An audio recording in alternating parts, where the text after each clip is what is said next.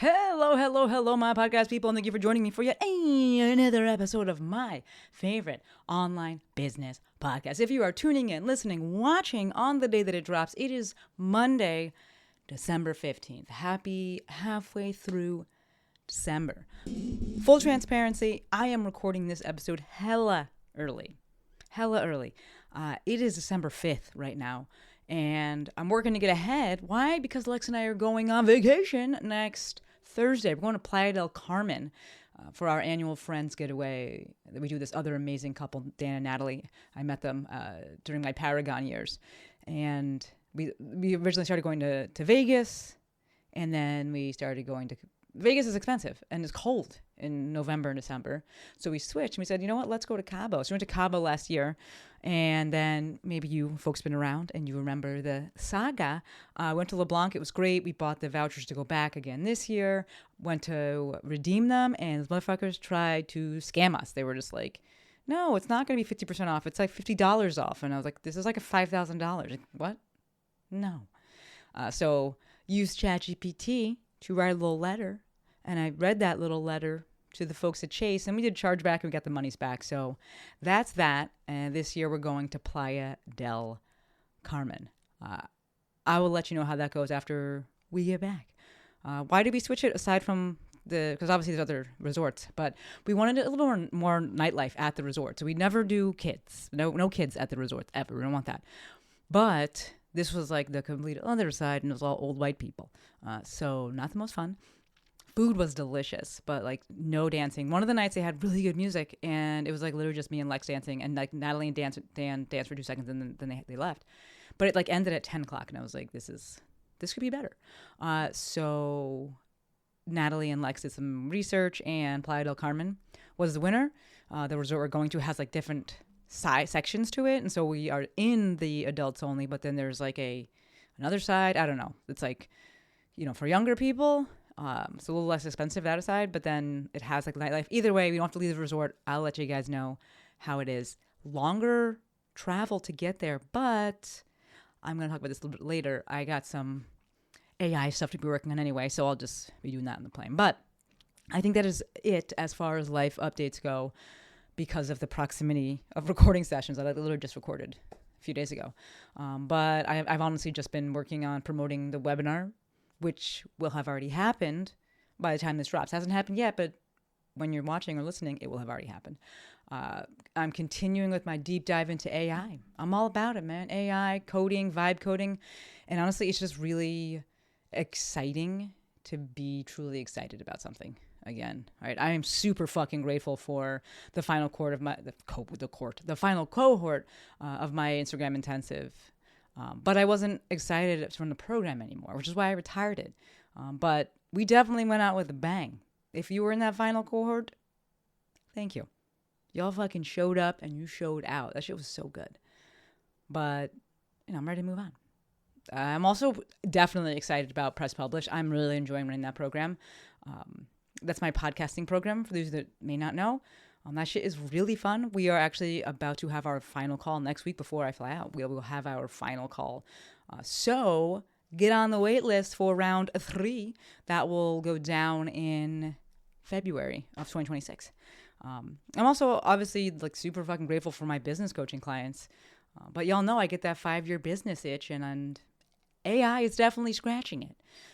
I wasn't sure where I wanted to go with things or where things would go after I started the ChatGPT Curious podcast, but I knew that I needed to get that stuff out of my head. And so I did that and just went with the flow.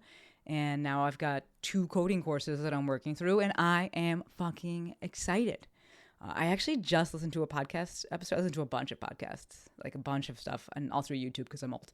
But listened to an episode with this guy who's been a coder for a zillion years, and he likened vibe coding to GLP-1s. In terms of their impact. And I was fucking blown away. That's huge, folks. That is huge, and such like a, applicable, understandable, parallel connection for you folks. Like, we're on the movement, health, movement, wellness space. We know about GLP-1s. Whatever your feelings are about them aside, we know the impact that they are having. That's huge.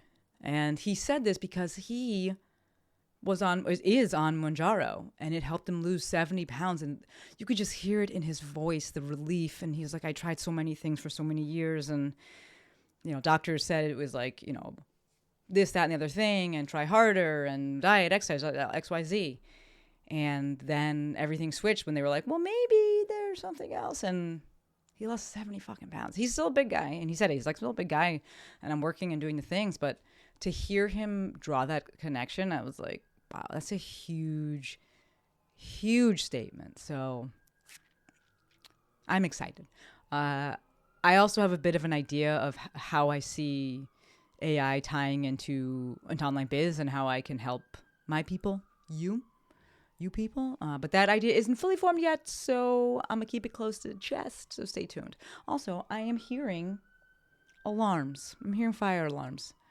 We're not fire alarms. What are they called?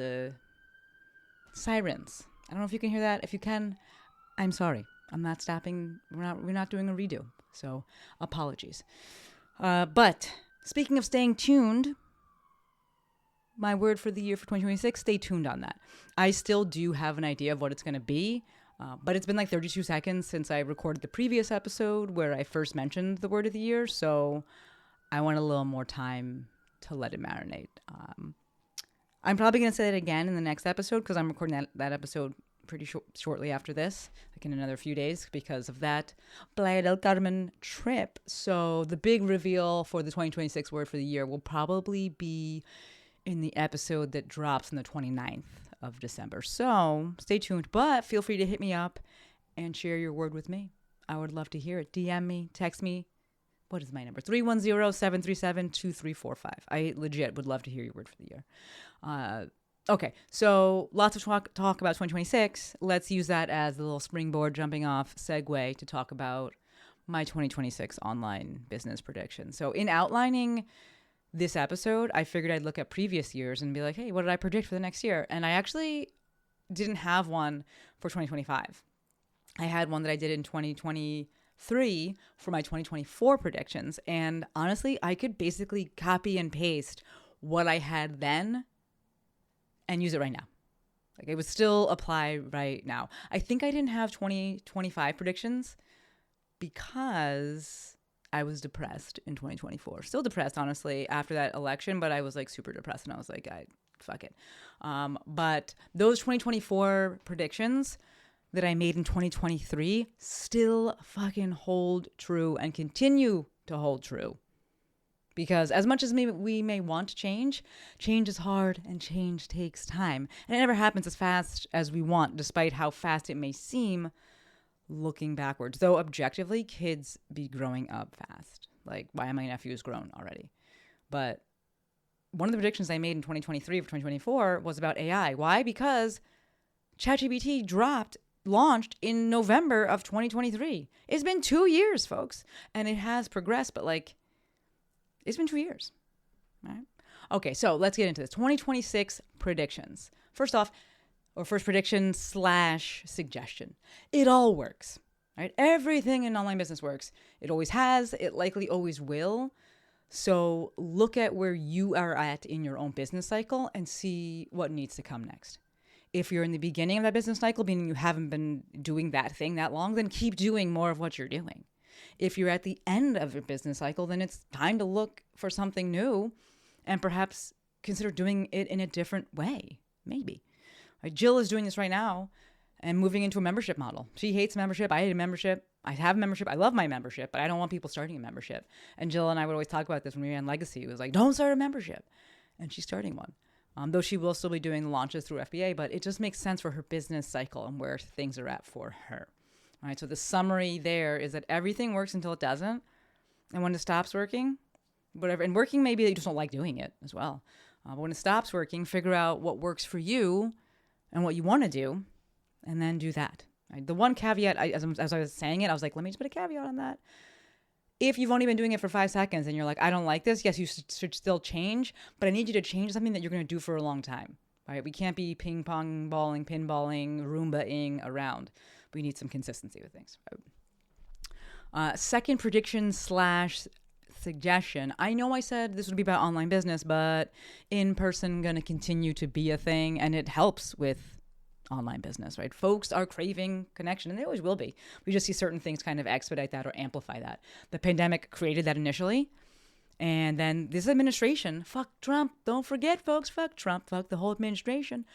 They have furthered it, right? The pandemic made us want to be around people in general, and whack ass fucking Trump and all that shit has made us want to be around people who we like and people who we have shared values with, and just having that connection and not being angry and just like being in a good place. So, business wise, plan that fucking retreat, right? Your people want to be around each other. They want to be around you. In person will always be a thing. It's definitely going to be a thing in 2026. Speaking of people, continue to have a people first, human first approach to business. This will always be a thing. And I say it every year because it will always be a thing. But we're going to see AI really increase the demand for this. Obviously, use AI. That is a suggestion for 2026, and forever, rest of forever. It's not really a prediction for 2026, but it's a strong fucking suggestion, right? Use it. And also have a people-first approach to business. Both can exist and should exist, right? All these shitty fucking corporations, they will also increase the demand for human-first, people-first businesses. So just continue to double down on that. From a social media perspective, 2026 predictions, who the fuck knows what's going to happen? No one. But I do think that AI will have the same effect in terms of creating demand or creating an increased demand for authentic human connection, right? If there's a lot of AI slop being turned out and just bad shit, people are going to crave good shit made by real humans. So speaking of bad shit, I think we're also starting to shift out of the age of the influencer and into the age of the expert, right? We are seeing the grifters being called out. Speaking of GLP-1s, right, we're seeing the grifters, not that what GLP-1s are already grift, but we're seeing people that are not necessarily qualified to be promoting them, and they're being called out. And, even with ads, things are being tightened up, and that's really good, right? All this to say, continue to lean on your expertise. You're going to cut through the noise. You're going to stand out because of that. Double and triple down on it. I've always wanted you to do that, but now the surroundings, the atmosphere, the environment is ripe for doing that and will reward people who do that. Do long-form content on the shit that you know. Again, everything works. Nothing ever died. Nothing ever stopped working. Fuchs. I said Fuchs because I'm thinking about blogging. And blogging had the G's. It looks like a lot of O's, right? But Fuchs, a.k.a. folks, who said blogging died, they were either just tired of blogging or they wanted to make money with something that wasn't blogging. And so they're clever marketers and they tell you it's dead. Don't do that. Nothing ever stopped fucking working. Nothing. Right? Short form video, long form video, audio, only writing, launches. People be like, launches are dead. Well, what the fuck else are you going to do? Launches never died. It's just that people don't like doing it that way. And so maybe it's out of their sales cycle, their business cycle, and to move on to something else. But everything, all of these main type of things, they always work. Right? To me, what we should look at doing is diversifying how you reach and teach your people. And I always recommend this. I always teach this. When I say diversifying how you teach and reach, meaning we're looking at going audio and visual first, typically, which is going to be something like social media. Then we go to written only, which is going to be an email. And then we can go to audio only, which is going to be podcast. And then we can look to go into longer form video. I put that last because it's the hardest to do. But if you're like, man, I'm proficient with it, I love it, then fucking start there. Great, because it all works. People just want good content, meaning when I say good, it means something they can really get invested in and they can enjoy. And it's authentic and real and makes them feel something. Right? Additionally, and that tying into that, as a creator, which ties into point number one, like where you're at in your business cycle. If you have been creating in one way for a long time, you might be bored. It's possible. And if that's the case, it's time for something else. Time for a new, a different medium. 2024, my word for the year was right. And I doubled the fuck down on that. Why? Because it was time for something new. I cut back on the podcast and I went down to one episode a week and wrote a whole lot more and got super consistent. And now I write 3 newsletters a week. Right? I do my Mafia mail. I do my Curious Companion for my ChatGPT Curious podcast. And I do my Mafia email. If you're in the Mafia, you get that every Monday. And then I do a blog post every week as well for my Maestro musings, which you may not know that I even have is a paid blog. And it's literally my musings. It's just things that come to my mind, like a lot more unfiltered lot less teachy preachy in there. So we'll link both of those things. All that to say, talk your shit. Right? Lean into your expertise. That will never go out of style, but I definitely think we are moving out of the age of the influencer and into the age of the expertise.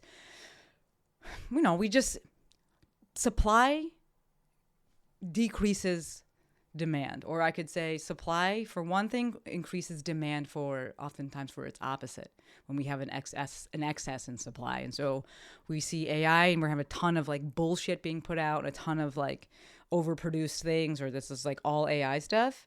That's an increased supply. That's going to increase the demand for the other side, which is just genuine, authentic content from an individual. We see all this AI stuff and it's like, is it real? Like, I don't know. Can I trust it? That's going to increase demand on the other side for a fucking human with expertise to be like, this is the truth. This is what's actually going on. So if you got expertise in something, lean the fuck in. Okay. Backing up for a second, speaking of my other podcast, ChatGPT Curious, I just did an episode about who will win the AI race and the futility of trying to predict things. Largely because there are just always so many factors, and the biggest variable is often us, humans. To that end, I think that holds true for online business predictions as well. And what works in one person's business won't work for someone else. It doesn't matter that they're in the same year. All right, so I really, really want to emphasize my point number one, which was figuring out where you are in your business cycle and making moves accordingly. Lastly, to reiterate the fact, really drive home the point that change takes time, I'm going to read to you the top 5 2024 online biz predictions that I had from that episode. It was online business predictions and suggestions. It's episode 539. You can listen to it so you see that I'm not lying, I'm not making this up. Courtney, if you could link that, thank you. All right, top 5. Number 1, in-person will always be a thing. Go forth and crush. Pound the pavement and crush SEO. Number 2, the pandemic boomerang is real. Folks are seeing just how hard this online business thing is. Keep going. Number 3, there is a lot of supply. Learn to lean into more you. Niche way the fuck down. Be okay with quote unquote smaller numbers. Number 4, consider working with or for someone else. Again, this tying into that rebound effect from the pandemic boom. People became entrepreneurs. They started doing the things and they're like, wow, this is kind of hard. Business dries up. Maybe you're better at working for somebody else. And then number 5, this is my favorite one. Use AI and use it to assist, not create. All right, those were the top 5. I only gave 5 for my prediction for 2024. And you see, they tie into 2026. All right? And you pull them all together, we have my 2026 predictions / suggestions with lots of overlap, lots of similarities, and we shouldn't be surprised. As much as maybe we may want change, change is hard and takes time. It doesn't mean, though, that you shouldn't hope for change or, not to work for change. To me, it means set your goals and let them be exactly that, yours. The backdrop for things may largely and probably will largely stay the same, but when you focus on what you need and what you want, and what you need to do, it can make a world of difference in just a year. All right, I'm going to wrap it up there because that's all that I got. Yeah, that's all that I got. As always, endlessly, one more time, endlessly appreciative for every single one of you. Until next time, friends, Maestro